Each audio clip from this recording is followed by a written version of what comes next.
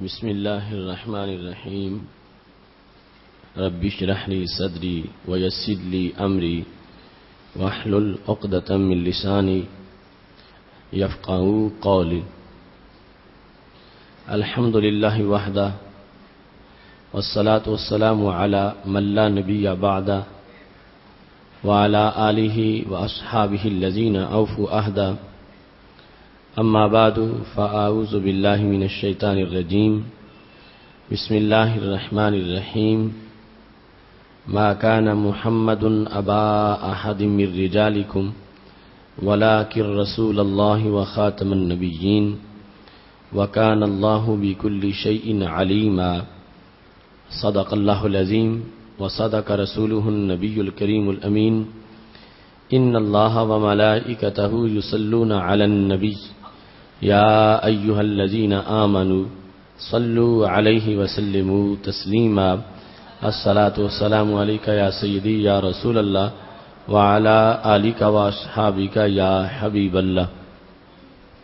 مولاي صل وسلم دائما أبدا على حبيبك خير الخلق كلهم منزه عن شريك في محاسنه فجوهر الحسن فيه غير منقسم.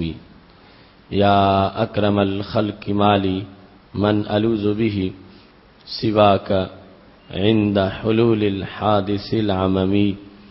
رب صل وسلم دائما أبدا على حبيبك خير الخلق كلهم.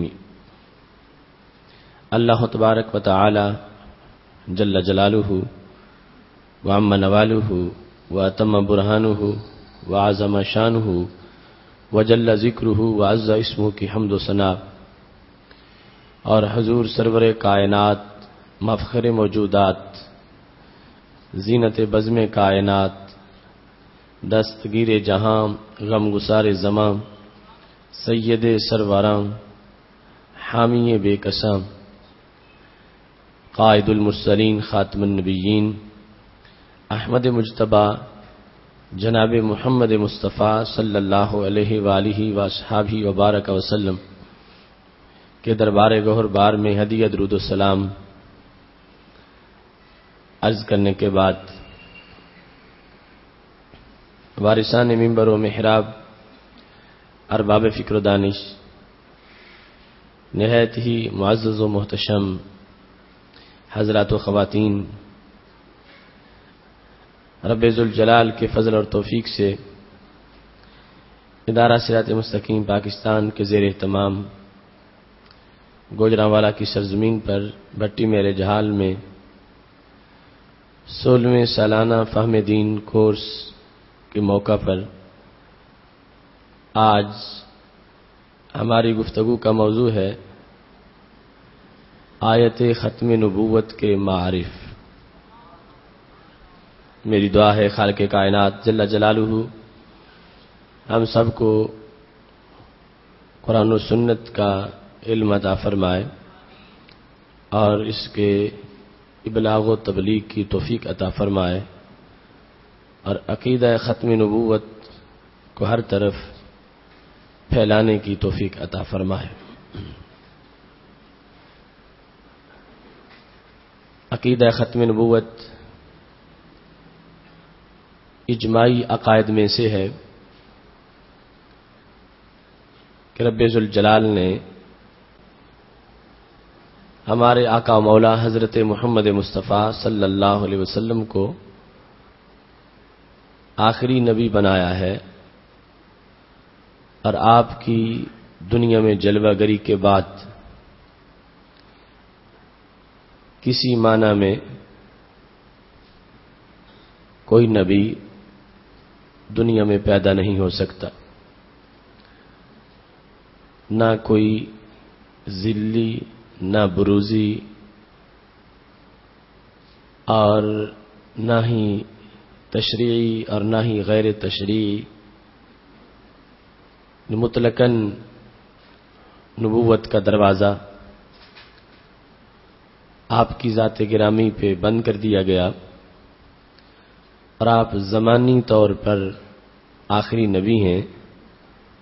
آپ کے زمانہ نبوت کے بعد کسی کی نبوت کا زمانہ نہیں۔ رب ذوالجلال نے جن جن کو نبوت عطا کرنی تھی آپ سے پہلے انہیں عطا کی جا چکی، اور آپ کو خالق کائنات نے سب سے آخر میں نبی بنایا ہے، اور آپ کی نبوت کے بعد کسی کی نبوت نہیں۔ یہ یقین اور ایمان ہر مومن کے لیے لازم ہے، ورنہ اس کا ایمان نہیں قرار پائے گا۔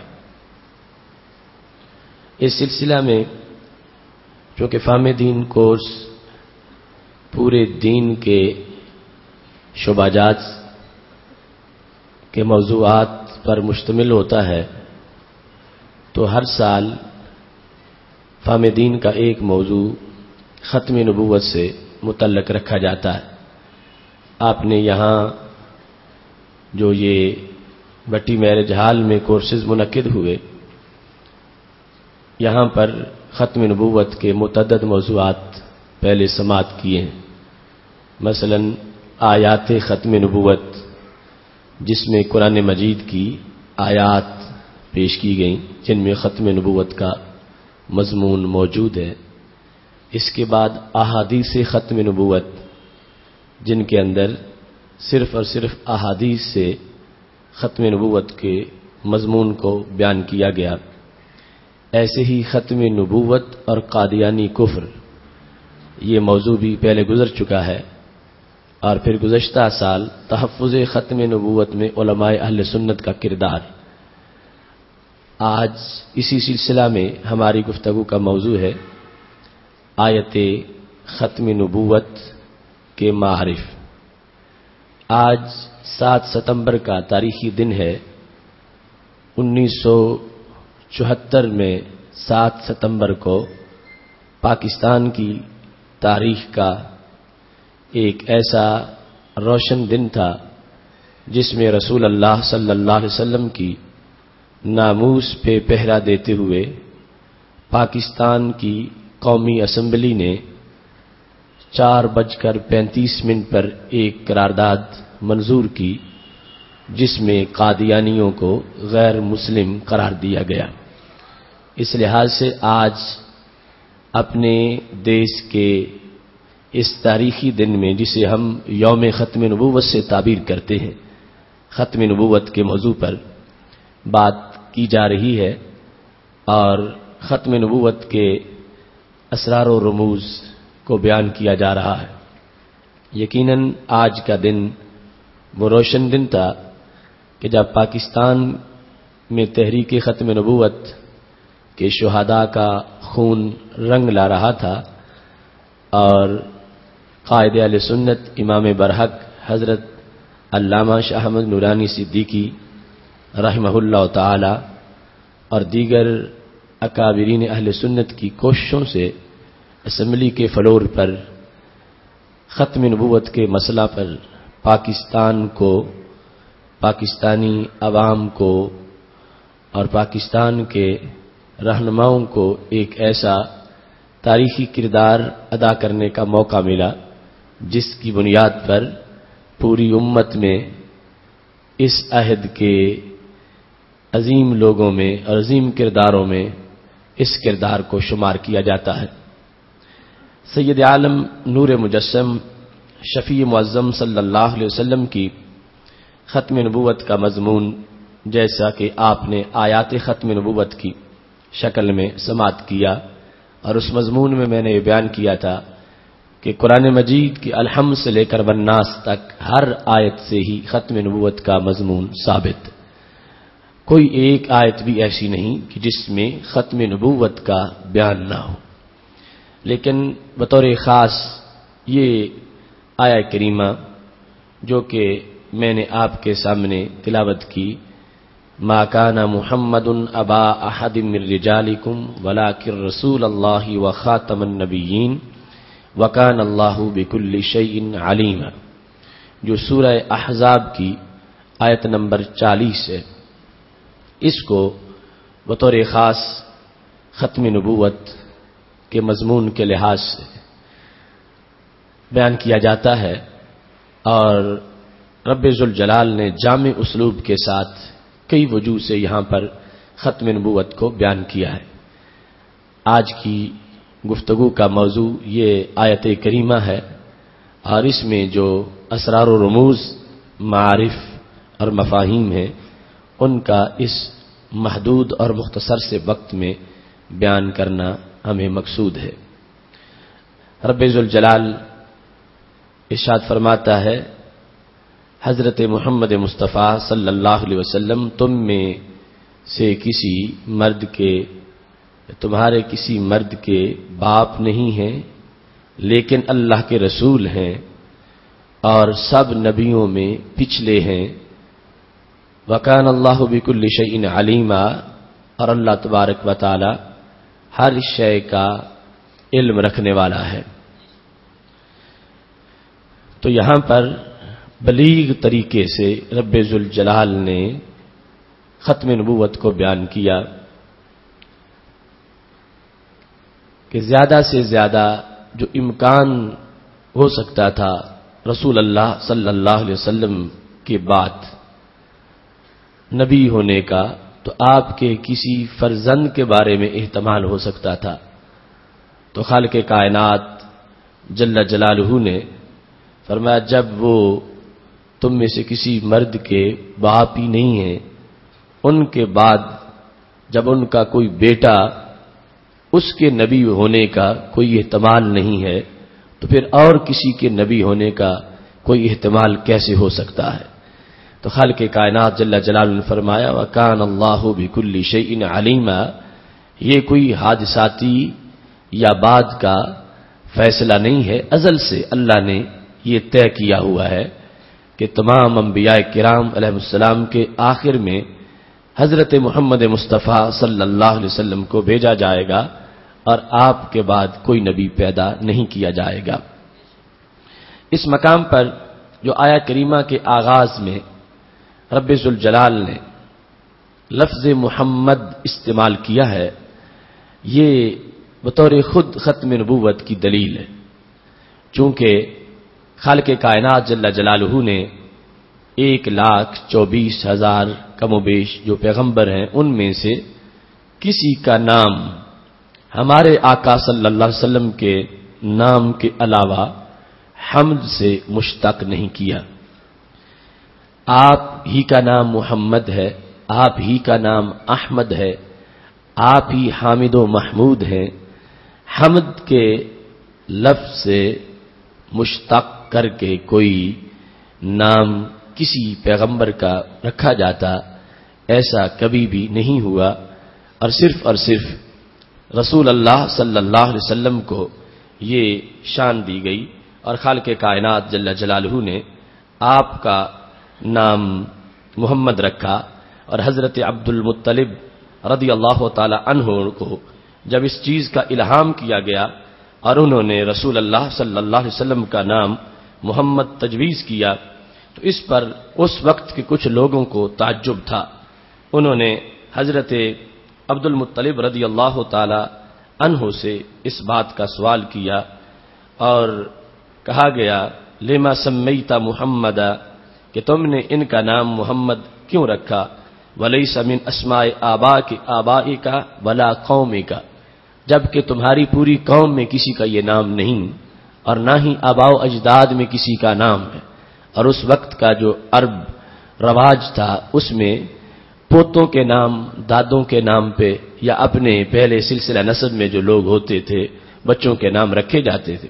حضرت عبد المطلب رضی اللہ تعالیٰ عنہ سے جب اس بات پر لوگوں نے تعجب کا اظہار کیا کہ یہ نام تو پہلے کسی کا نہیں تھا اور آپ نے یہ نام کیوں رکھا ہے، تو حضرت عبد المطلب نے کہا، رجوت ان یحمد فی السماء والارض، میں نے اس لیے رکھا ہے کہ مجھے امید ہے ان کی آسمانوں پر بھی تعریف ہوگی اور زمینوں پر بھی تعریف ہوگی۔ تو اس امید کی بنیاد پر میں نے ان کا نام محمد صلی اللہ علیہ وسلم رکھا ہے، چونکہ محمد وہ محمود ہے، یعنی کثرت سے جس کی حمد کی گئی۔ کیسا؟ هو الذی حمدت عقائدہ وافعالہ واقوالہ واخلاقہ، وہ ذات کہ جن کی عقائد کی بھی تعریف ہو، وہ ذات جن کے افعال کی بھی تعریف ہو، وہ ذات جن کے اقوال کی بھی تعریف کی جائے، اور وہ ذات جن کے اخلاق کی بھی تعریف کی جائے، تو ایسی ذات کو محمد کہا جاتا ہے۔ تو حضرت عبد المطلب رضی اللہ تعالی عنہ یعنی کتنا ان کا مبلغ علم تھا اور کتنی ان کی روحانی قوت تھی، اور اس سے بھی ان کی جو ایمانی شان ہے وہ واضح ہوتی ہے کہ رب ذوالجلال نے الہام کیا انہیں، اور انہوں نے اللہ کے الہام پر جو اللہ کے نزدیک طے شدہ نام تھا وہ اللہ نے ان کے ذہن میں ڈالا اور انہوں نے رکھ دیا۔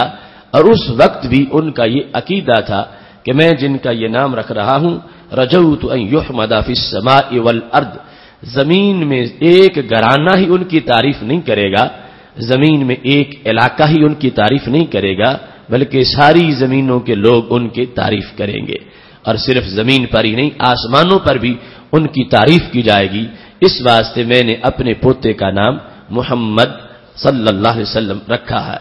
تو جس طرح ان کی امید تھی آج اور قیامت تک اور ہمیشہ کے لیے جو رسول اللہ صلی اللہ علیہ وسلم کی تعریفیں ہو رہی ہیں اور آپ کی جو توصیف کی جاتی ہے، آپ کی شریعت کا بیان ہوتا ہے، اور ہر لمحہ ہر جگہ پوری کائنات میں یہ سلسلہ جاری ہے، یہ یقیناً حضرت عبد المطلب رضی اللہ تعالی عنہ کی اس امید پر مہر تصدیق ہے جو انہیں اللہ کے حضور یہ امید تھی کہ میرے پوتے کو اتنی بڑی شان عطا کی جائے گی۔ اب لفظ حمد سے یہ اسم شریف محمد بنا تو ختم نبوت کا مطلب کیسے سمجھ آتا ہے؟ حمد جو ہے وہ اختتام امور پہ کی جاتی ہے، حمد جو ہے وہ انجام پہ ہوتی ہے۔ اب جس وقت خطیب تقریر کرتا ہے تو ختم کرتے ہوئے کہتا ہے وآخر دعوایا ان الحمد للہ رب العالمین، میری گفتگو کا اختتام یہ ہے کہ حمد ساری اللہ کے لیے۔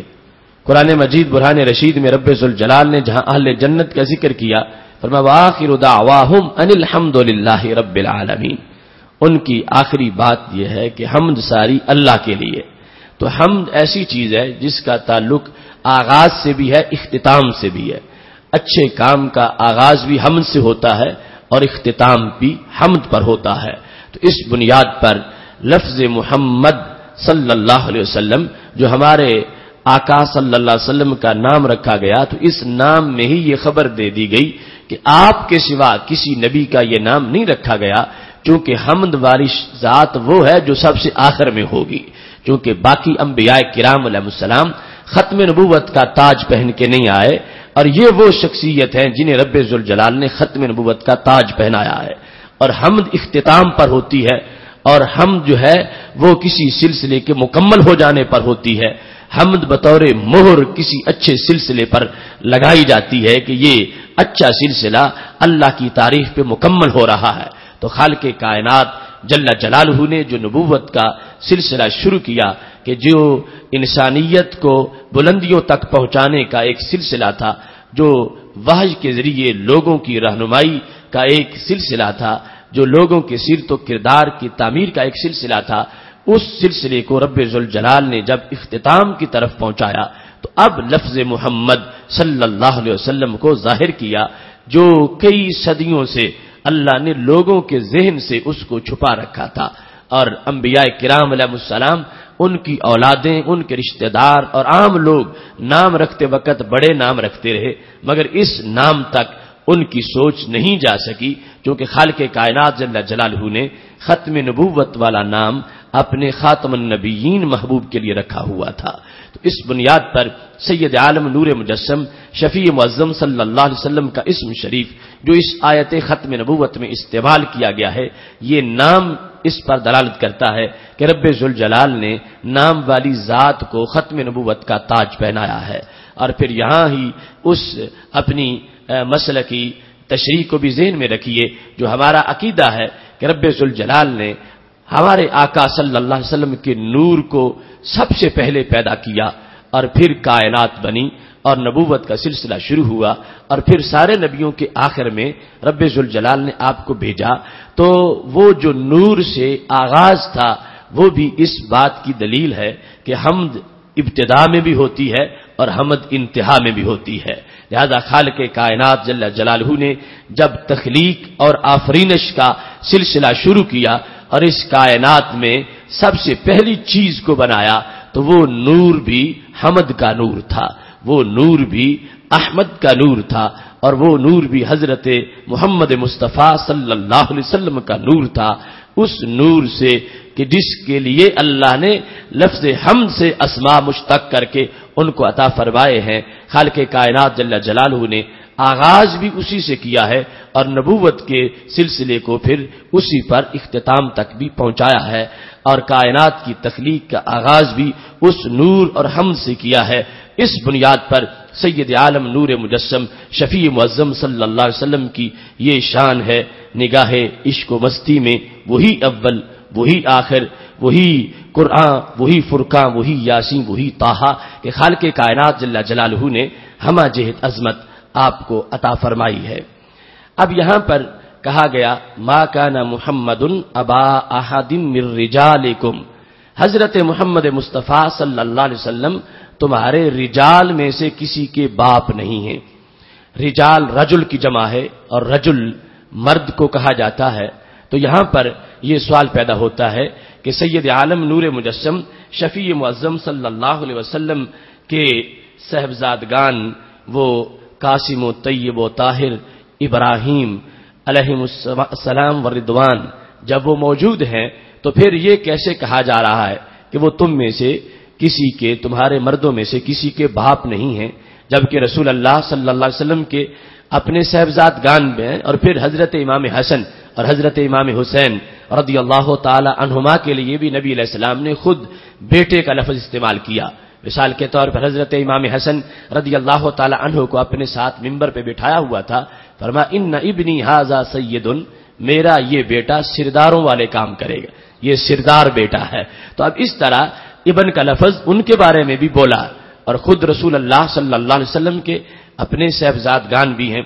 تو اس کے جواب میں مفسرین نے متعدد تشریحات کی ہیں۔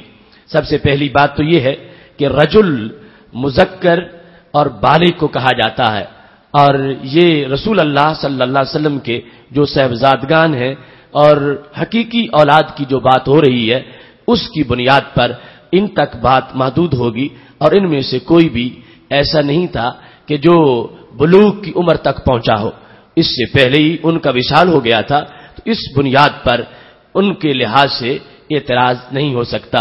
اور جہاں تک حضرت امام حسن اور حضرت امام حسین رضی اللہ تعالی عنہ کا معاملہ ہے تو ان پر لفظ ابن مجازی طور پر بولا جا رہا ہے کہ وہ رسول اللہ صلی اللہ علیہ وسلم کی صاحبزادی کے بیٹے ہیں اور براہ راست نبی اکرم نور مجسم صلی اللہ علیہ وسلم کی صلبی اولاد نہیں ہے۔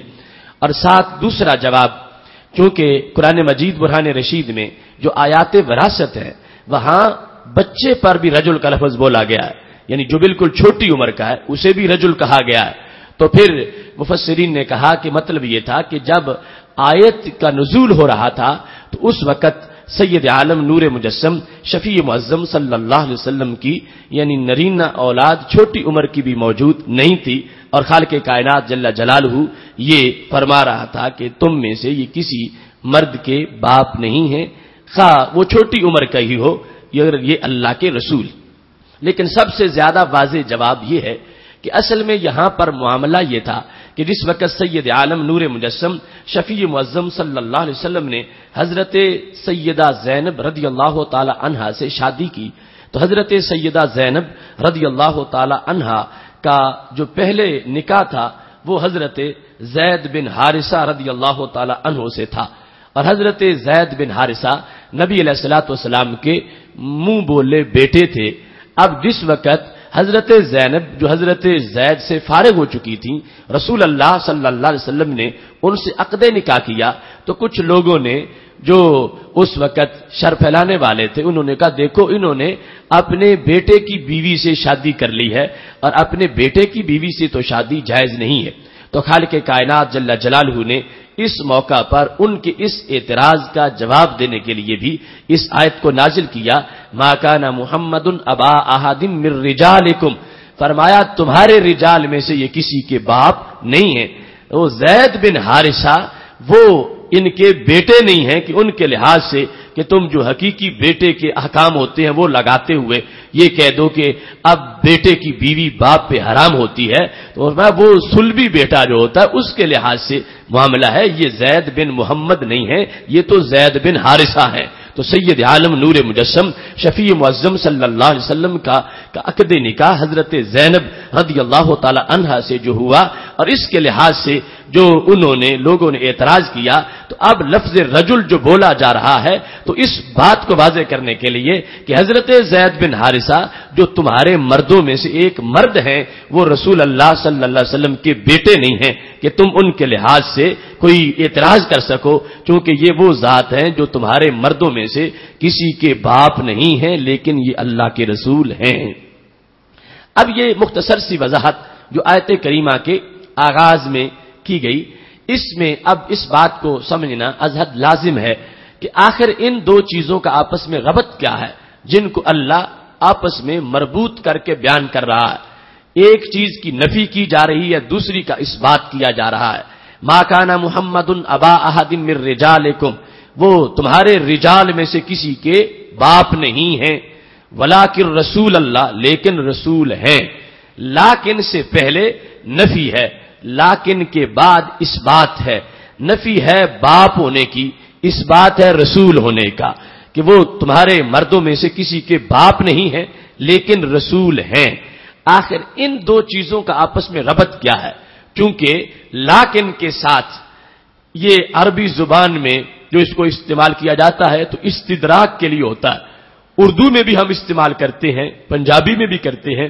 یہ لفظ لیکن جو ہم استعمال کرتے ہیں یہ لیکن کے معنی میں ہی ہوتا ہے. تو لیکن استدراک کے لیے ہوتا ہے.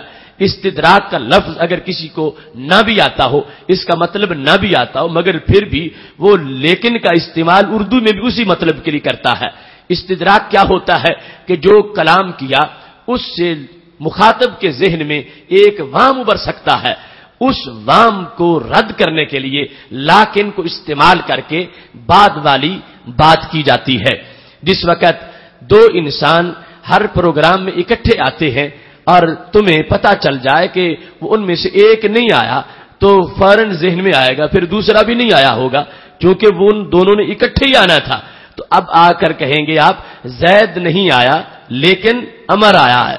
زید اور عمر دونوں اکٹھے آتے تھے، اور اب جب زید کے نہ آنے کا پتہ چلا تو وہم پیدا ہوا کہ عمر بھی نہیں آیا ہوگا.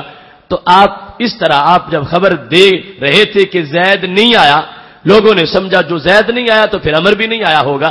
چونکہ دونوں اکٹھے ہی آتے ہیں تو فوراً آپ نے کہا لیکن عمر آیا ہے. تو اب لیکن نے کیا کیا؟ جو کلام سابق میں وہم پیدا ہو رہا تھا مخاطب کے لحاظ سے، اس وہم کو دور کرنے کا اس نے کردار ادا کیا ہے. آپ کہتے ہیں کہ میں نے تراویح نہیں پڑھی لیکن میں نے روزہ رکھا ہے. تو جب تراویح نہیں پڑھی کا لفظ کسی نے بولا، وہم پڑا کہ شاید پھر روزہ بھی نہیں رکھا، تو اس کا ساتھ اس وہم کو دور کر دیا کہ میں نے روزہ رکھا ہے. جس طرح آپ کہتے ہیں میں نے حج نہیں کیا لیکن میں نے عمرہ کیا ہے. تو بہت سی ایسی ریلیٹڈ چیزیں جو ہیں جن میں ایک کا ذکر کرنے سے دوسرے کی نفی کا وہم پیدا ہو رہا ہو، تو وہاں پر لیکن کا لفظ بول کے اردو یا پنجابی میں آپ اس وہم کو دور کرتے ہیں. تو یہ اصل عربی زبان سے ماخوذ ہے، جو عربی زبان کا لفظ لیکن ہے. تو لیکن استدراک کے لیے ہوتا ہے. کلام سابق میں جو لیکن سے پہلا کلام ہے اس میں کوئی وہم سا مخاطب کے لیے پیدا ہو رہا تھا تو متکلم نے فوراً لیکن استعمال کر کے اس وہم کو دور کیا ہے. اب اس ضابطے کے مطابق یہاں سوچنے کی ضرورت ہے کہ کیا دو چیزیں ہیں کہ جن میں سے ایک کی نفی ہو تو دوسری کی نفی کا بھی وہم پڑ رہا تھا مخاطب کو. تو رب ذوالجلال نے اس وہم کو دور کرنے کے لیے لیکن استعمال کر کے یہ ثابت کر دیا کہ جو پہلے جس چیز کی نفی ہے اس سے دوسری چیز کی نفی مت سمجھنا، بلکہ اللہ نے دوسری چیز کو ثابت فرمایا ہے. اب اس عربی زبان کے لیکن کے ضابطے کے مطابق یہاں پر دو چیزیں تھیں کہ جن میں ایک کی نفی ہوئی، دوسری کی نفی کا وہم پڑا اور اللہ نے لیکن سے اس وہم کو دور کر دیا. ایک ہوتا ہے باپ ہونا اور دوسرا ہوتا ہے مشفق ہونا. یہ دونوں چیزیں آپس میں بالعموم لازم و ملزوم ہے. بہت کم ہے کہ جو باپ ہو اور بچوں کے لیے درندہ ہو. نادر ہے کوئی ایسی مثال. باپ ابر کرم ہوتا ہے, باپ شفقت کا صاحبان ہوتا ہے, باپ اولاد کا سہارا ہوتا ہے, باپ اولاد کے مسائل حل کرنے کے لیے تڑپتا ہے اور کوشش کرتا رہتا ہے. باپ ہوتے ہوئے اولاد کو کوئی غم نہیں ہوتا. باپ کے صاحبان کے نیچے اولاد جو ہے وہ بڑے سرور میں ہوتی ہے. اب جس وقت یہ کہا گیا ما کان محمد ابا احد من رجالکم, حضرت محمد مصطفیٰ صلی اللہ علیہ وسلم تمہارے رجال میں سے کسی کے باپ نہیں ہیں, تو باپ کی نفی سے وام ابرا, تو پھر شفیق بھی نہیں ہوں گے, پھر ابر کرم بھی نہیں ہوں گے, پھر اولاد جیسا پیار بھی نہیں کریں گے. اگر ان کی حیثیت باپ جیسی ہوتی تو پھر تو بڑا پیار کرتے, پھر تو امت کے مسائل کو بڑا حل کرتے, پھر تو امت کے ساتھ بڑی رغبت ہوتی, پھر تو امت کے افراد کی مسائل کا درد اپنے سینے میں محسوس کرتے. تو رب فرما رہا ہے وہ تم میں سے کسی کے باپ نہیں ہیں. جب باپ کی نفی سے یہ وہم ابھر رہا تھا مخاطب کے لحاظ سے کہ پھر شفیق بھی نہیں ہوں گے, تو خالق کائنات نے لیکن بول کے اس وہم کو رد کیا. فرمایا وہ تم میں سے کسی کے باپ نہیں ہیں, مگر یہ مت سمجھنا کہ وہ شفیق نہیں ہیں. وہ شفیق ہیں. کیوں؟ اللہ نے ان کو رسول بنایا ہے, اور جو رسول ہوتا ہے جتنی وہ شفقت کرتا ہے امت سے, اتنی شفقت باپ اپنے بیٹوں سے نہیں کر سکتا.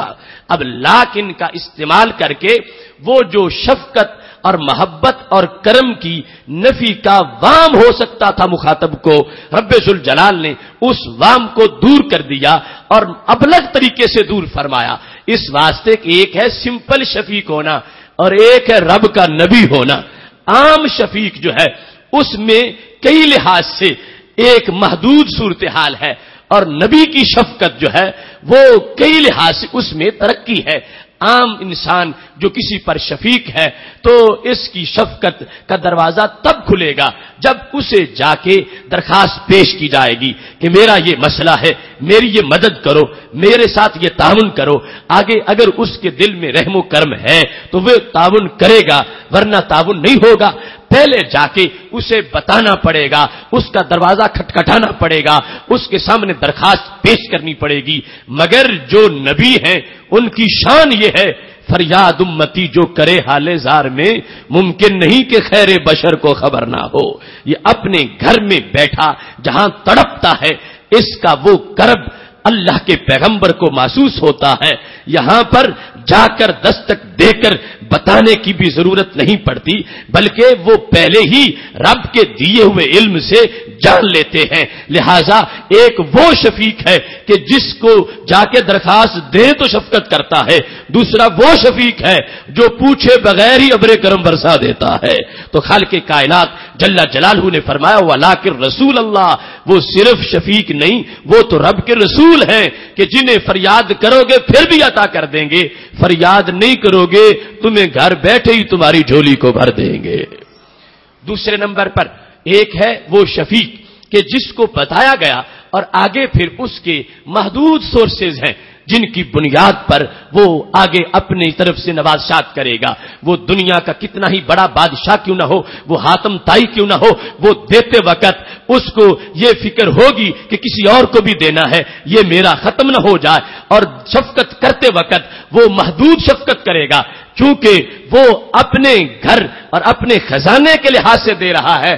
ولیکن رسول اللہ کا مطلب یہ ہے کہ میں نے تمہیں وہ شفیق دیے ہیں جو رب کے خزانوں کو تقسیم کرنے والے ہیں, جن کا انداز بڑا کھلا ہے, جن کا دستے کرم بڑا کھلا ہے, جن کا ابر کرم برستا ہے تو کھل کے برستا ہے اور ہر طرف برس جاتا ہے. تو خالق کائنات جل جلالہ نے وہ وام جو مخاطب کو پڑھ سکتا تھا کہ اگر باپ جیسے ہوتے, باپ ہوتے تو پھر تو بہت کچھ دیتے, اب باپ ہی نہیں ہے تو شاید کچھ نہیں ملے گا. اللہ نے فرمایا باپ وہ کچھ نہیں دے سکتا جو یہ عطا فرماتے ہیں.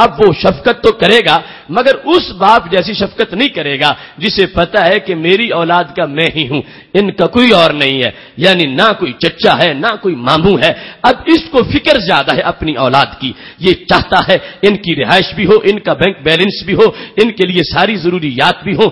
اب بلا تمثیل وہ نبی جن کے بعد نبی ہیں، وہ نبی امت سے پیار ضرور کرتے ہیں، لیکن انہیں پتا ہے کہ میری ڈیوٹی ہے وہ کچھ وقت کے لیے ہے، میں چلا جاؤں گا اللہ اور نبی بھیج دے گا جو اس امت کا ہاتھ پکڑ لیں گے، ان کی مشکلوں کو حل کریں گے، ان کے مسائل جو ہے ان حاجات کو پورا کرتے رہیں گے۔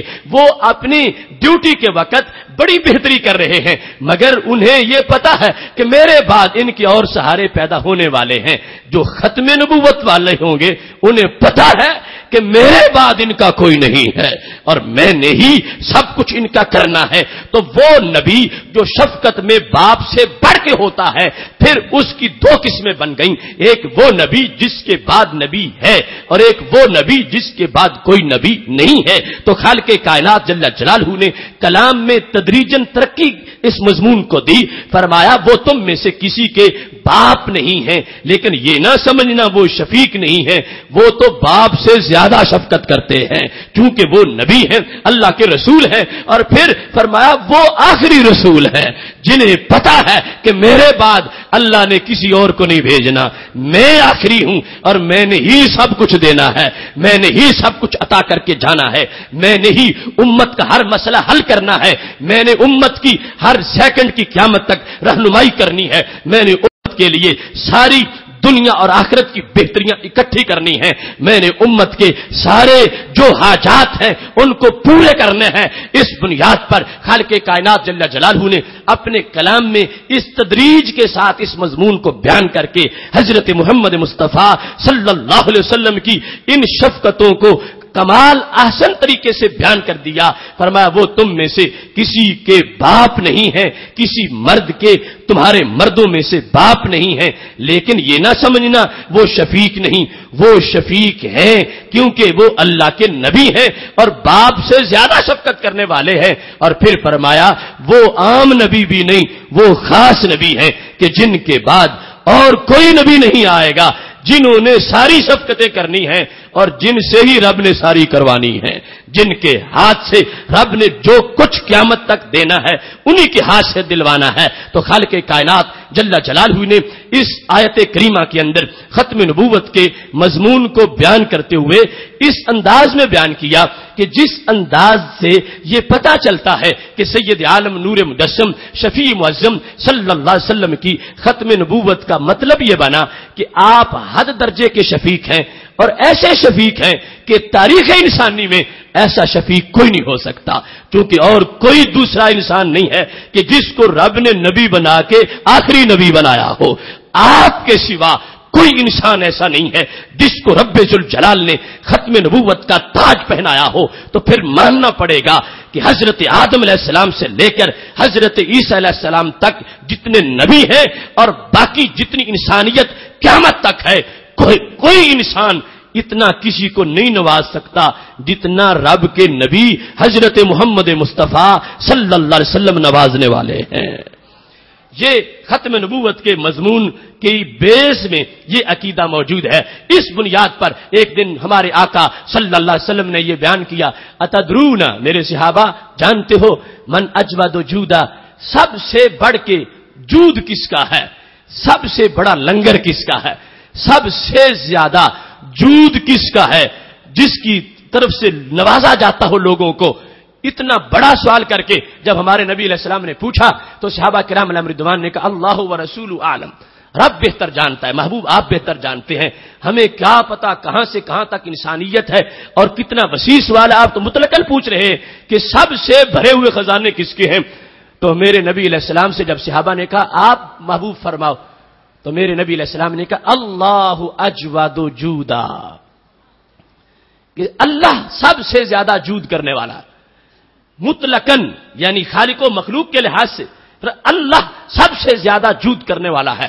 پھر ثم انا اجود بنی آدم، رب کے بعد پوری انسانیت میں میرے لنگر سے بڑا کسی کا لنگر نہیں ہے۔ ثم انا، پھر میں، اجود و جودا، ثم انا، یعنی یہ سیاح کے الفاظ ہیں، سیاہ ستہ کے. فرمایا رب سب سے بڑے جود والا ہے، اور رب کے بعد میرا جود جو ہے اس کے مقابلے میں کسی کا جود نہیں. اور بنی آدم میں اب سارے نبی بھی آ گئے، سارے رسول بھی آ گئے، سارے صدیق بھی آ گئے، سارے شہید بھی آ گئے، سارے حاتم تائی بھی آ گئے، سارے بادشاہ اور سارے وڈیرے بھی آ گئے. فرمایا کتنی کسی کی جاگیریں ہوں، کتنے کسی کے مربے ہوں، کتنا بڑا وہ سخی ہو، ان سب کے دسترخوان چھوٹے ہیں، میرا دسترخوان بڑا ہے. انا اجود بنی آدم، تو میں بنی آدم میں سب سے بڑا جود والا ہوں. اب انبیاء کرام علیہ السلام کو شامل کر کے ان کے مقابلے میں بھی اپنے آپ کو رب کے بعد جود والا قرار دیا. تو یہ ہے وہ مفہوم جو رب ذوالجلال نے بیان کیا ہے. ما کان محمد ابا احد من رجالکم ولکن رسول اللہ وخاتم النبیین. فرمایا یہ تم میں سے کسی کے باپ نہیں ہیں، مگر انہیں یہ نہ سمجھنا کہ کچھ دینے والے نہیں ہیں، یہ باپ سے زیادہ دیتے ہیں، چونکہ یہ نبی ہیں. اور پھر نبی بھی وہ ہیں جو سب سے آخری نبی ہیں، جن جیسا خزانہ اور کسی کو دیا ہی نہیں گیا. ہر نبی کا دسترخوان بڑا ہوتا ہے، ان کا خزانہ بھرپور ہوتا ہے، مگر فرمایا جن کے بعد اور نے آنا تھا انہیں اپنے حساب سے دیا گیا، اور جن سے قیامت تک کو دلوانا ہے انہیں اس حساب سے دیا گیا. تو خالق کائنات جل جلالہ نے یہ کہہ کر وخاتم النبیین یہ مضمون بیان کر دیا کہ یہ آخری نبی ہے. اب جس نے مانگنا ہے ان سے مانگنا ہے، اور جس نے لینا ہے ان سے لینا ہے. جس کو میں نے دلوانا ہے میں نے ان سے دلوانا ہے، اس واسطے کہ شفقت میں ان جیسا میں نے کسی کو پیدا ہی نہیں کیا. نبوت ہی ہوتی ہے شفقت کی آخری معراج، تو یہ اس سے آگے ہے کہ ان کے بعد اور کوئی ہے ہی نہیں. یہ وہ ہے جو جن کو میں نے اپنا نائب بنایا اور آخری نائب بنا دیا. پہلے کچھ حضرت آدم علیہ السلام سے دلوایا، کچھ حضرت ابراہیم علیہ السلام سے دلوایا، کچھ حضرت نوح علیہ السلام سے دلوایا، کچھ حضرت موسیٰ علیہ السلام سے دلوایا، کچھ حضرت عیسیٰ علیہ السلام سے دلوایا. ان سب سے کچھ دلواتا رہا، اور ان سے میں نے سب کچھ دلوایا ہے. یعنی جو کچھ میں نے دلوانا تھا وہ ان سے ہی دلوایا ہے، بچا کے نہیں رکھا پیچھے، کیونکہ اور کوئی ہے ہی نہیں جس کے ذریعے سے دلواؤں، یہی آخری ہے. تو پھر اس بنیاد پر سید عالم نور مجسم شفیع معظم صلی اللہ علیہ وسلم کے جو بھرے ہوئے خزانے ہیں اور ان سے جو کچھ ملتا ہے اس کا مطلب ختم نبوت کے لفظ میں بیان کر دیا گیا. تو اس سے پتا چلتا ہے کہ آج اگر ختم نبوت کا عقیدہ کوئی بیان کر سکتا ہے تو اہل سنت کے سائبان کے نیچے بیان کر سکتا ہے. اور اگر انداز یہ ہو کہ ان کے پاس کلو ہے، کوئی کہتا نہیں آدھا پاؤ ہے، کوئی کہتا نہیں چھٹانک جتنا ہے، تو وہ قیامت تک کے لیے جو رب کے اللہ کے ہاتھ کے نائب بن کے آئے ہوئے ہیں، تو کیا اتنا ہی رب نے ان کو دیا ہے؟ پھر ختم نبوت کا مفہوم کیسے پورا ہوگا؟ یہ ہے اہل سنت کا درخشاں عقیدہ کہ جس سے سمجھا جا سکتا ہے کہ واقعی رب ذوالجلال نے ان کو ختم نبوت کا تاج عطا فرمایا ہے. اب یہ ایک مطلب ہے. دوسرا، اسی آیہ کریمہ میں دو چیزیں جو آپس میں لازم و ملزوم تھیں ان کے لحاظ سے یہ بھی تھا ما کان محمد ابا احد من رجالکم. جو باپ ہوتا ہے جیسے وہ شفیق ہوتا ہے ایسے ہی وہ قابل عزت بھی ہوتا ہے.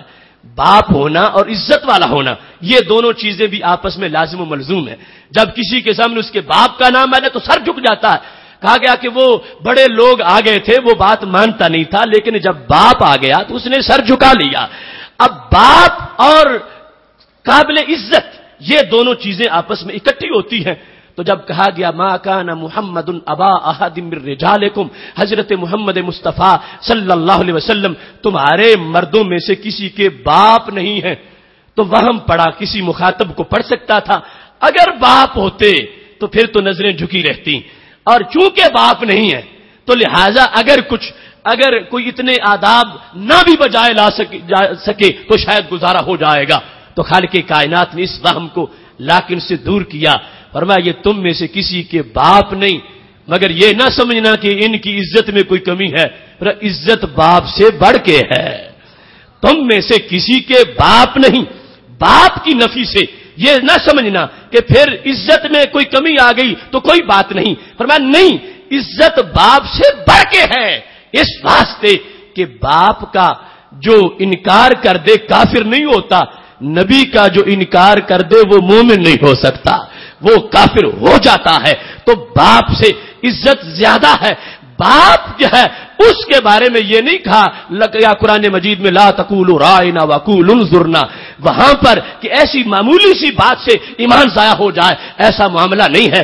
عزت بڑی لازم ہے باپ کی، مگر وہ اتنا حساس شیشہ نہیں ہے کہ معمولی سی جو لفظ میں گستاخی کی بو آئے تو وہاں پر ایمان نکل جائے۔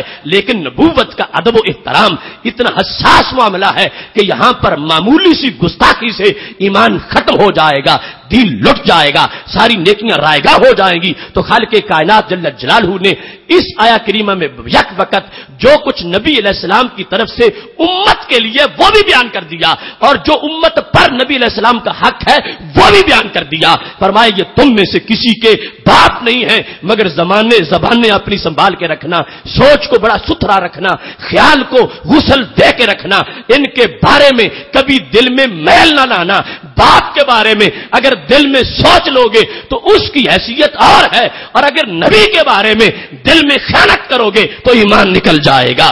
دل کا خیال بھی ستھرا رکھنا پڑے گا۔ تو خالق کائنات جل جلالہ نے ختم نبوت کے اس مضمون میں یہ سمجھایا کہ وہ تم میں سے کسی کے باپ نہیں، مگر عزتیں ان کی تم پر باپ سے زیادہ لازم ہے، چونکہ وہ رب کے نبی ہیں اور رب کے رسول ہیں، اور پھر وہ جو آخری ہیں۔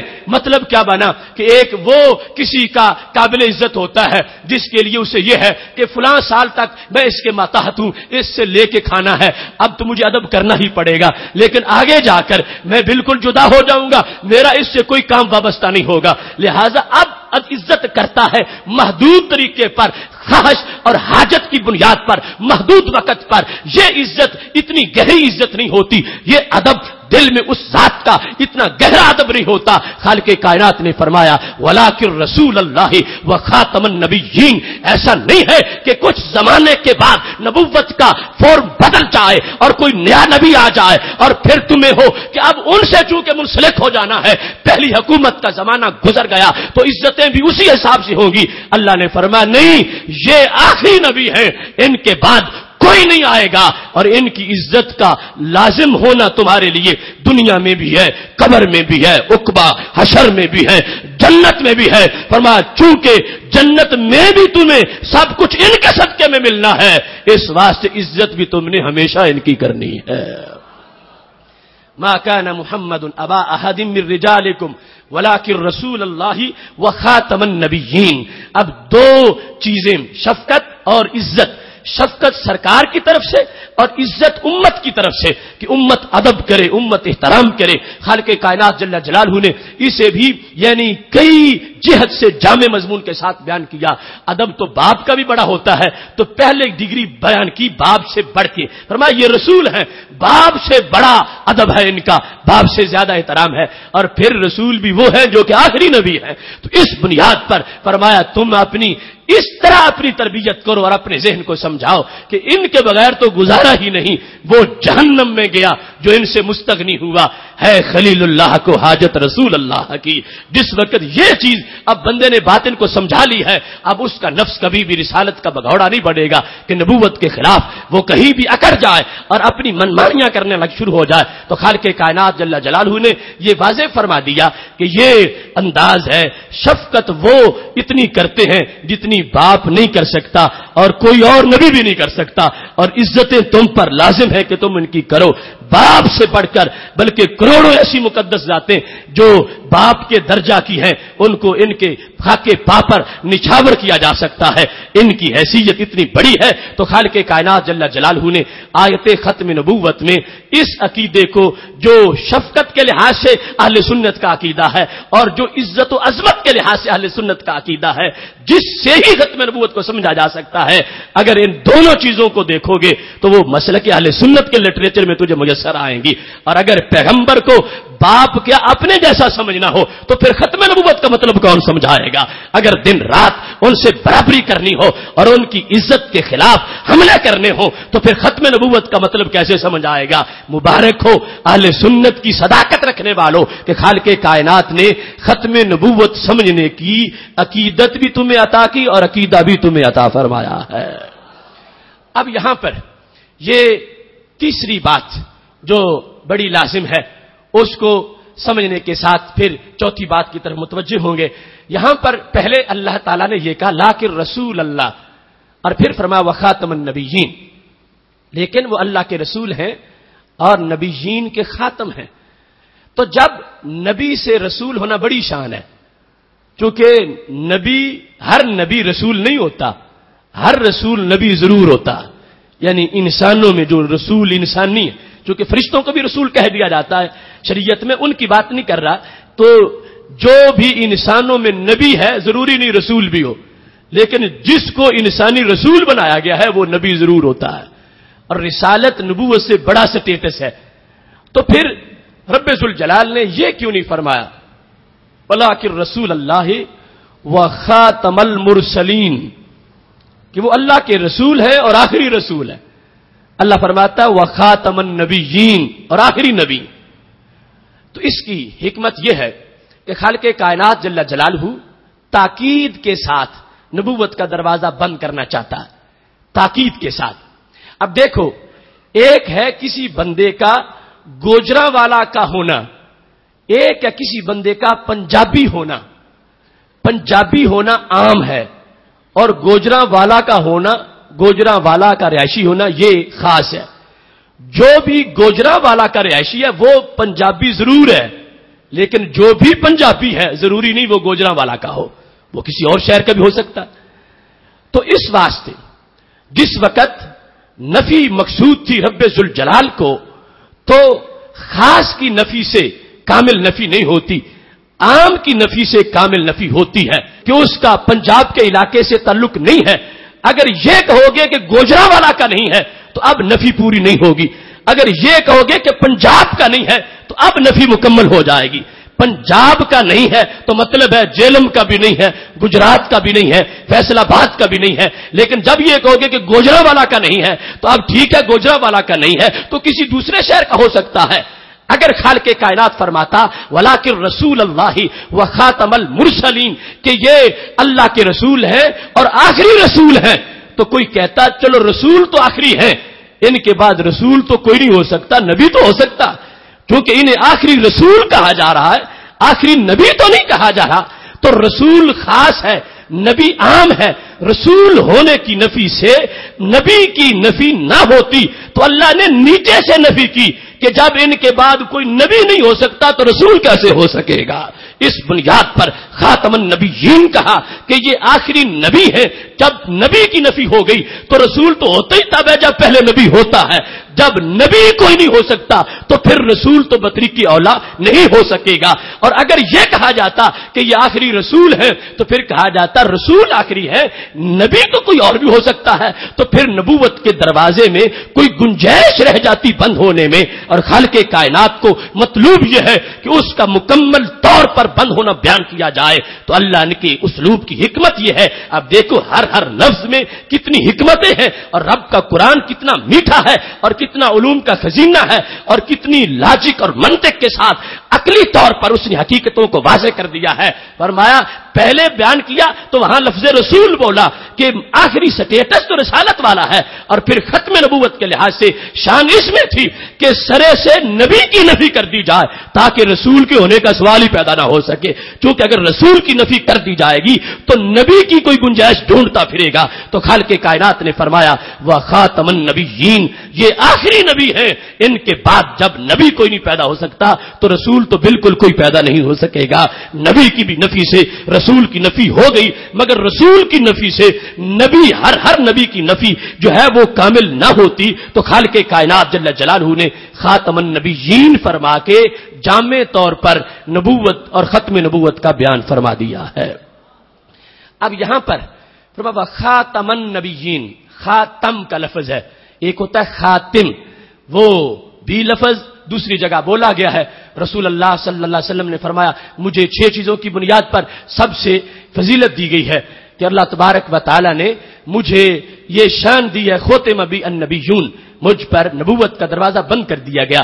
اور فرمایا الحمدللہ الذی جعلنی فاتحا و خاتما، مجھے رب نے فاتح بنایا اور مجھے رب نے خاتم بنایا. فاعل کے وزن پر. ساری تعریفیں اس رب کی ہیں جس نے مجھے فاتح بنایا اور جس نے مجھے خاتم بنایا. یہ تقریر ہے اقصی کی مسجد کی معراج کی رات نبیوں کے جلسے میں جو نبی علیہ السلام نے خطبہ دیا. فرمایا الحمدللہ الذی جعلنی فاتحا و خاتما. ساری تعریفیں اس رب کی ہیں جس نے مجھے کھولنے والا بھی بنایا بند کرنے والا بھی بنایا. اب بظاہر متضاد چیزیں ہیں کہ کھولنے والا اور ہوتا ہے بند کرنے والا اور ہوتا ہے. تو مطلب کیا بنا؟ فرمایا دو جدا جدا چیزوں کی بات ہو رہی ہے. اگر ایک ہی چیز ہے تو پھر اس کے لحاظ سے تعارض آ سکتا ہے. جہاں دو جدا جدا چیزوں کے لحاظ سے مجھے فاتح بھی بنایا مجھے خاتم بھی بنایا. فاتح ہوں میں کھولنے والا ہوں کس کا؟ جنت کے دروازے کا. اور میں بند کرنے والا ہوں نبوت کے دروازے کا. اب فاتح بھی ہے خاتم بھی ہے. تو یہاں پر خاتم لفظ نہیں یہاں خاتم ہے. لیکن جو آیت کریمہ میں ہے وہ ہے خاتم النبیین. لفظ خاتم تو خاتم اسم اعلیٰ کا صیغہ ہے جس کا معنی ہے ما یختم بہ جس کے ساتھ مور لگائی جائے. اب دیکھو جس طرح وہ ڈاک جب سیل پیک کرتے ہیں بند کر کے اوپر مور لگا دی جاتی ہے تاکہ اندر سے کوئی چیز باہر نہ نکلے باہر سے کوئی چیز اندر نہ جائے. تو خالق کائنات جل جلالہ نے یہ انداز اپنی مخلوق کو عطا کیا اور انسان کو دیا. فرما وہ نبوت کی امانت کا سلسلہ جاری تھا اور نبی پیدا کیے جا رہے تھے. یہاں تک یہ نبی جو ہیں ان کو میں نے بحیثیت خاتم پیدا کر دیا ہے کہ ساری نبوت کو رکھ کر ان کے ذریعے سے مور لگا دی ہے. اندر سے کوئی چیز باہر نہ جا سکے باہر سے کوئی چیز اندر نہ داخل ہو سکے. اس بنیاد پر سید عالم نور مجسم شفیع معظم صلی اللہ علیہ وسلم کو خاتم کہا گیا. اور خاتم کے لحاظ سے آپ کی یہ عظمت بیان کر دی گئی کہ آپ سے رب ذوالجلال نے آپ کو بھیج کر آپ کی ذات کے ذریعے سے نبوت کا دروازہ بند کر دیا ہے اور ہمیشہ کے لیے اس چیز کو واضح کر دیا کہ اب کسی کو نبوت نہیں مل سکے گی. اور یہ نبوت حتمی آخری ہے کہ جن کے ذریعے سے اللہ نے پہلے نبیوں کی نبوت کو بھی حفاظت عطا فرما دی ہے. یہ ہے سیل پیک یہ ہے خاتم ما یختم بہ کہ جن سے پہلے نبیوں کی نبوت بھی محفوظ ہو گئی ہے. چونکہ اگر یہ جو ختم ہے مور نہ لگتی تو پہلے نبیوں کی نبوت بھی محفوظ نہ رہتی. کیوں؟ معاذ اللہ کوئی بگھوڑا پیدا ہو جاتا نبوت کا دعویٰ کر کے کہتا وہ فلاں جو موسیٰ عیسیٰ کا ذکر ہے وہ نبی نہیں تھے میں چونکہ نیا آیا ہوں میں تمہیں بتا رہا ہوں. تو اس انداز میں حضرت موسیٰ علیہ السلام حضرت عیسیٰ علیہ السلام وہ پہلے جو نبی ہیں ان کی نبوت پر بعد والا کوئی آ کے اپنی طرف سے حملے کر سکتا تھا. تو خالق کائنات نے فرمایا یہ آخری نبی ہیں جنہوں نے بتایا ہے تمہیں جیسے تم پر میرا عدم لازم ہے ایسے پہلے نبیوں کا بھی عدم لازم ہے. انہوں نے تمہیں ان کی شانیں بیان کر دی ہیں اور پہلی جو نبوتیں تھی ان پر حفاظت کا پہرا لگا دیا ہے کہ جیسے مجھ میں عیب ڈھونڈنا تمہارے لیے ناجائز ہے ایسے پہلے نبیوں میں عیب تلاش کرنا یہ بھی تمہارے لیے حرام ہے. تو اس بنیاد پر خاتم کا کمال ہے کہ اس خاتم اس مہر نے اس انداز میں کردار ادا کیا ہے کہ جتنی نبوت کی دولت اور امانت تھی اس پر پہرا دیا ہے اور کوئی چور اب نبوت کے خزانے کی طرف بڑھ نہیں سکے گا. اس واسطے کہ رب ذوالجلال نے ہمارے نبی علیہ السلام کے ذریعے سے اس خزانے پر مہر لگا دی ہے. اب یہاں پر اس چیز کی وضاحت کرتے ہوئے حضرت شیخ عبدالحق محدث دہلوی نے لکھا گفتان مانا خاتم النبیین آست کہ رب العزت نبوت ہما انبیاء جمع کرد وہ دل مصطفیٰ صلی اللہ علیہ وسلم را مادن آ کرد کہ اللہ نے سارے نبیوں کی نبوت جمع کی اور اس کو نبی علیہ السلام کے دل میں اکٹھا کر دیا. مادن سرکار کا دل بنا دیا اور سارے نبیوں کی نبوت اس میں رکھ دی. بمور بآن ہاد اور اس پہ رب نے مور لگا دی تا ہیچ دشمن بموز نبوت را نہ یاف تاکہ کوئی دشمن نبوت کے خزانے کی طرف پہنچ نہ سکے. اس انداز میں رب ذوالجلال نے خاتم بنایا ما یختم بہ جس سے سید عالم نور مجسم شفیع معظم صلی اللہ علیہ وسلم کی یہ شان بھی ظاہر ہوئی. اپنی نبوت تو اپنی نبوت رہی. آپ وہ ہیں جنہوں نے پہلی نبوتوں کو بھی ایک حفاظت کا کردار عطا فرمایا ہے. یہاں یہ بات بھی قابل غور ہے. کچھ لوگ حضرت عیسیٰ علیہ السلام کی جو دنیا میں آمد ہے مرزائی اس سے دلیل پکڑنا چاہتے ہیں. تو یہ بات واضح ہے کہ حضرت عیسیٰ علیہ السلام کی دنیا میں آمد وہ ہمارے نبی علیہ السلام کی امتی کی حیثیت میں ہوگی. حضرت عیسیٰ علیہ السلام کو نبوت ہمارے نبی علیہ السلام سے پہلے مل چکی ہے، وہ اپنی نبوت کا زمانہ گزار چکے ہیں۔ اب قرب قیامت میں جب وہ آئیں گے بحیثیت نبی نہیں آئیں گے، ہمارے نبی علیہ السلام کی نبوت کی ترویج کرنے کے لیے آئیں گے، سید عالم صلی اللہ علیہ وسلم کی شریعت کی تبلیغ کرنے کے لیے آئیں گے۔ لہذا ان کے آنے سے کوئی مرزا قادیانی کے دروازے نہیں کھول سکتا، چونکہ انہیں نبوت پہلے مل چکی ہے، وہ دنیا میں پہلے پیدا ہو چکے ہیں۔ اب ان کا آنا اسی حیثیت میں ہے کہ وہ رسول اللہ صلی اللہ علیہ وسلم کے خلیفہ کی حیثیت سے اس دین کی تنفیذ کریں گے اور نبی علیہ الصلوۃ والسلام کے دین کو نافذ کریں گے۔ یہاں پھر یہ سوال پیدا ہوتا ہے کہ کچھ احکام ایسے ہیں جو اس وقت وہی لاگو کریں گے، آج وہ اس شریعت میں موجود نہیں ہے۔ مثال کے طور پر جزیہ کا حکم ہے، آج رائج جزیہ ہے۔ حضرت عیسیٰ علیہ السلام اور امام مہدی اس وقت وہ جزیہ ختم کر دیں گے۔ مطلب کیا؟ آج ایک شخص جو کلمہ نہیں پڑھتا اور کہتا ہے میں ذمہ بن جاتا ہوں، تو شریعت کہے گی ٹھیک ہے تم ہماری حکومت کو تسلیم کرو، ہمیں جزیہ دو اور تمہاری حفاظت کی جائے گی، سر نہیں کاٹا جائے گا۔ اب اسلام اور سر کاٹنے کے درمیان ایک جزیہ والا ایک مرحلہ ہے، تین چیزیں ہیں، ایک ہے کلمہ پڑھو، دوسرا اگر نہیں پڑھتے تو سر تمہارا اتارتے ہیں۔ اب کلمے کے بعد دوسری پوزیشن سر اتارنے کی نہیں، درمیان میں جزیہ کی بھی ہے کہ تم دین ہمارا عقیدہ نہیں مانتے تو تم ہماری حکومت کو تسلیم کر لو، آرڈر ہمارا ہوگا، تم جزیہ دو گے، ذلیل ہو کے اپنی زندگی بسر کرتے رہو گے۔ یہ کب تک ہے؟ حضرت عیسیٰ علیہ السلام کے آنے تک، حضرت امام مہدی کے آنے تک۔ وہاں جب وہ آ جائیں گے تو پھر جزیہ کا حکم نہیں ہوگا، صرف یہ ہے یا کلمہ پڑھو یا پھر سر اتارا جائے۔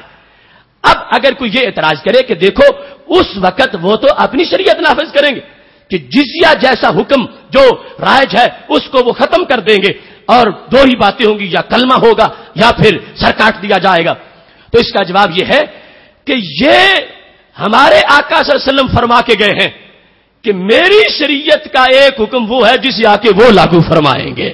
اگر نبی علیہ الصلوۃ والسلام نے اپنی طرف سے جزیہ کی یہ حیثیت بیان نہ کی ہوتی اور حضرت عیسیٰ علیہ السلام کی ڈیوٹی نہ بیان کی ہوتی، پھر سمجھا جاتا کہ عیسیٰ علیہ السلام اس شریعت کا کوئی حکم منسوخ کر کے اپنا حکم لگا دیں گے، تو یہ تو سرکار خود بیان کر کے گئے ہیں کہ جو جزیہ کی میں اجازت دے رہا ہوں یہ میرے آرڈر پر عیسیٰ علیہ السلام کی آمد تک رائج رہے گا اور میرے کہنے پر حضرت عیسیٰ علیہ السلام اسے منسوخ کر دیں گے۔ تو پتہ چلا شریعت تو ہمارے نبی علیہ السلام کی ہے، حکم آپ کا ہے، آرڈر آپ کا ہے، آپ وقت بیان کر گئے ہیں کہ یہ حکم کس وقت تک جاری رہے گا اور اس کے بعد اگلا حکم کب آئے گا۔ حکم سرکار کا ہے لیکن نافذ کرنے کی ڈیوٹی حضرت عیسیٰ علیہ السلام کی ہوگی، لہذا وہ جزیہ کا ختم کر دینا یہ شریعت عیسوی کا حکم نہیں ہے، یہ شریعت محمدی کا حکم ہے۔ اور سید عالم نور مجسم شفیع معظم صلی اللہ علیہ وسلم یہ حکم دے کے دنیا سے تشریف لے گئے ہیں اور وہ حکم رائج کرنے کی ڈیوٹی حضرت عیسیٰ علیہ السلام کی لگائی گئی ہے۔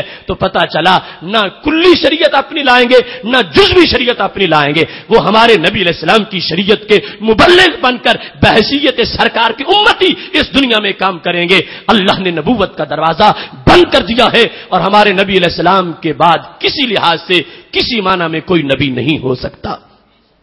اب اس مضمون میں اس آیت کے جو اسرار و رموز ہیں وہ ایک تفصیلی سبق ہے، لیکن بات کو ختم کرتے ہوئے اب جو تیسری بات شروع کی تو اس کے لحاظ سے ہمارے آقا صلی اللہ علیہ وسلم کا کام یہ واضح کرتا ہے کہ نبوت کا دروازہ بند ہو چکا ہے، چونکہ پہلے کسی نے ایسا کام کیا نہیں، کیونکہ ان کو ایسا رب نے دیا نہیں۔